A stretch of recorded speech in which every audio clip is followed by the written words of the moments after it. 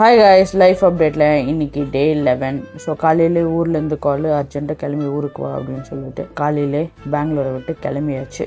எப்போ return back வருவேன்னு தெரில. ஏன்னா நான் ஊர்லேருந்து வந்தே ஒரு கரெக்டாக 2 நாள் தான் ஆயிடுச்சு. திருப்பும் ஊருக்கு கிளம்பிட்டேன். தைராய்டு டேப்லெட்டும் இன்றைக்கி மறந்தாச்சு.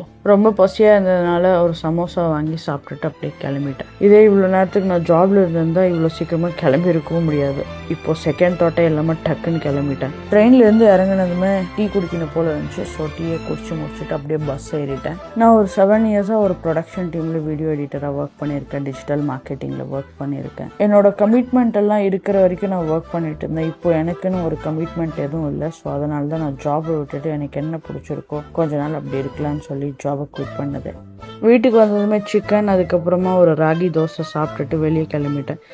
வரத்துக்குள்ளேயே நைட் ஆயிடுச்சு. ஸோ வந்ததுமே கொஞ்சம் ரைஸ் பஃப்பு, பாதாம், அதுக்கப்புறம் சால்ட்டு, சில்லி பவுடர்லாம் போட்டு ஏர் ஃப்ரையரில் ஒரு 2-3 மினிட்ஸ் வச்சுட்டு சாப்பிட்டேன். இந்த 7 இயர்ஸ் ஆஃப் வீடியோ எடிட்டிங் எக்ஸ்பீரியன்ஸில் என்னோட ஹெல்த்து ஸ்பாயில் ஆனது மட்டும்தான் மிச்சம். ஒர்க் பண்ணிகிட்டே நம்மளோட ஹெல்த்தையும் நம்ம ப்ரையாரிட்டைஸ் பண்ணணுன்றது இப்போ தான் நான் ரியலைஸ் பண்ணுறேன். ஸோ நைட்டு ஈவினிங் சட்டிலாக சூப் எதாவது சாப்பிட்லான்னு சொல்லிட்டு சூப்பே சாப்பிட்டுட்டு படுத்துடலாம் அப்படின்னு டிசைட் பண்ணிட்டேன். அதுக்கப்புறமா இனி வரப்போகிற வீடியோஸில் என்னோட இந்த வீடியோ எடிட்டிங் அப்புறம் டிஜிட்டல் மார்க்கெட்டிங் எக்ஸ்பீரியன்ஸ் பற்றி எல்லாம் நான் ஷேர் பண்ணுறேன். அவ்வளோதான் கைஸ், தெம்பாருங்க.